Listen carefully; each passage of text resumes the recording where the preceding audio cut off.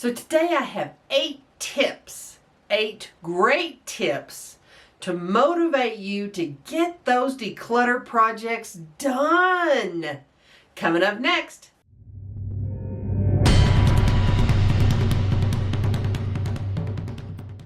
Hi everybody, my name is Dee Burks and this is Retirement Rescue. Now first I want to say a big thank you to all of you who went over to my other channel, the brand new Cooking for One channel, and commented and liked and subscribed. I so appreciate that. And if you want to take a peek at that channel, there's a link below. But let's get to talking about decluttering. And we talk a lot on this channel about decluttering. It is such a huge thing when you are trying to downsize, if you're getting ready for retirement, or just a change of life, moving to a new home. These are all opportunities to get rid of a lot of that stuff that is just weighing you down. We all want to declutter. We all need to declutter. But getting that motivation is the real key to the issue. It's the real key to getting it done already. Now, the first thing you can do to motivate yourself is, watch some declutter videos. It is great to watch videos, to get a lot of tips, to figure out ways that will work for you. Every person is different. So there are some methods of decluttering, like let's say the Marie Kondo method, that work for some people. They don't work for others. It's kind of like dieting. There's diets that work for some people. There's diets that work for other people. You've got to find the method and the motivation that works for you. So get out there and watch these videos like this one. Watch the videos of people cleaning their space. See, okay, do I want my space to look like that? Is that something I can aspire to? But only do what works for you. Not everything's going to work for every person. And it's okay if something doesn't work for you. Try something else. But watching those videos, reading blogs, reading articles, that's a great way to get started getting motivated to do what works for you. Number 2 is understand it's a process. It's never just one and done. And I've talked a lot about this. Mindset is key. It is better to do a little bit in one little area than try to do everything and give up. It is never just one thing. You will be decluttering your whole life. This is not something you're going to declutter your closet once and never have to go back and do it again. Of course you will. As you declutter, downsize, move into the later third of your life, this is something you're going to do frequently. And guess what? When you do it frequently, you get good at it. And that's great. So understand it's a process. Number 3, focus on how it's going to look and feel. Focus on that. When you start decluttering and you pull things out to try and figure out what to get rid of, what to keep, it feels like a huge mess all of a sudden. And it is very common to think, oh, great, what have I gotten myself into? But that you cannot focus on that. You'll give up. You'll sit down, start watching a movie. Next thing you know, the mess is still there. You haven't got anything done. This happens to everyone. But focus on how great it's going to look and feel when you get it done. And then get up and finish. Focus on that outcome. Don't focus on the mess that it is while you're trying to do it, because that will discourage anybody. Focus on the end result and the outcome you want. Number 4, start with what you see. It's really easy to think, oh, I'm going to completely declutter my bedroom. I'm going to completely declutter all the closets. But you know what? That's tough to do when it's stuff you really don't see a lot.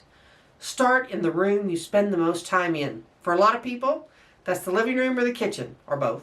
You see that clutter every day. It affects you mentally every day. Start with the open bookshelves. Do those first. Start with the refrigerator. How many times a day do you look into your refrigerator? Start there. Because every time you open that refrigerator, once you've decluttered it, you're going to think, oh, this is great.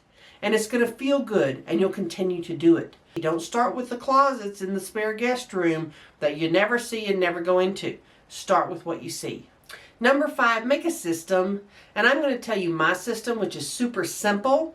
But you do whatever system works for you. But my system is first, get rid of all the trash that you see. If you have piles of mail, if you have magazines and Newspapers, although no one does newspapers anymore. I just aged myself, didn't I? Oh. Anyway, get rid of the empty Amazon boxes. Get rid of all the trash, all the old pizza boxes, anything that's sitting around that is trash. Get rid of it first. And then set up a bucket system. I use bins, just see-through bins. And I have a series of 3 different bins. Of course, you're going to have the items you keep. They don't go in any bin. You're going to put them back where they were because you're going to keep those. But then your 3 bins, and you want to label these, are giveaway, either to other family members, to friends, to charity. If you're going to give it away, it goes in that bucket.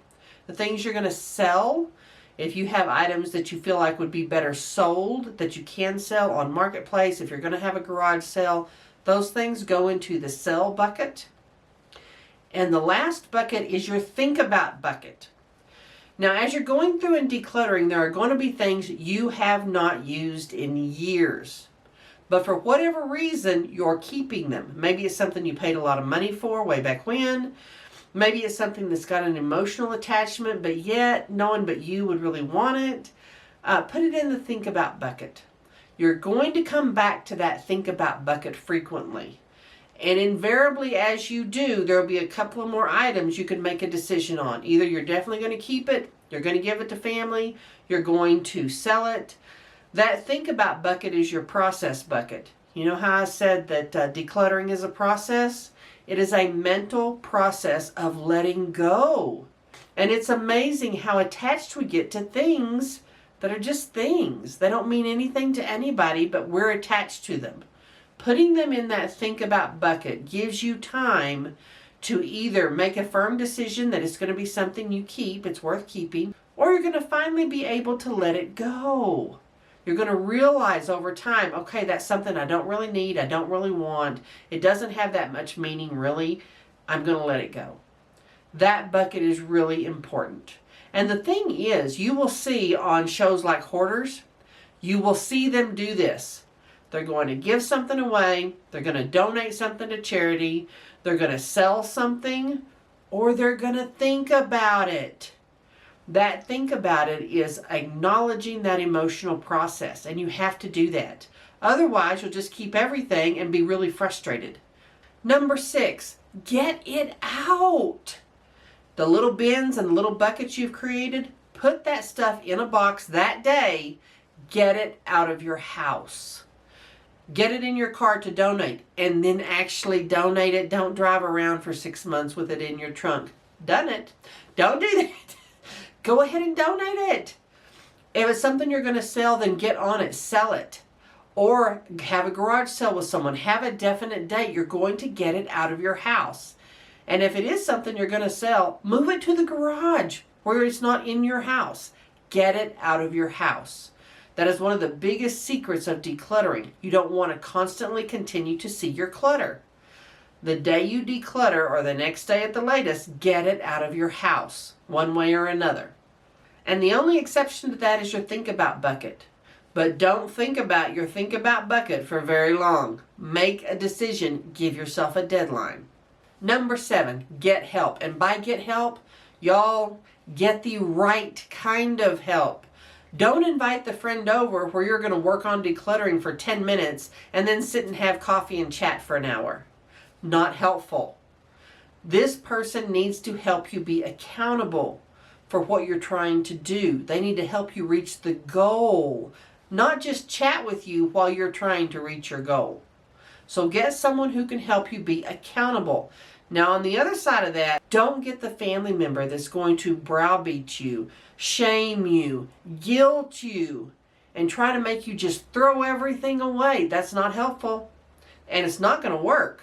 It is a psychological process, and if you circumvent that psychological process, or you have a person, quote, helping you that's trying to force you to do it their way, you're going to fail, and it may damage that relationship.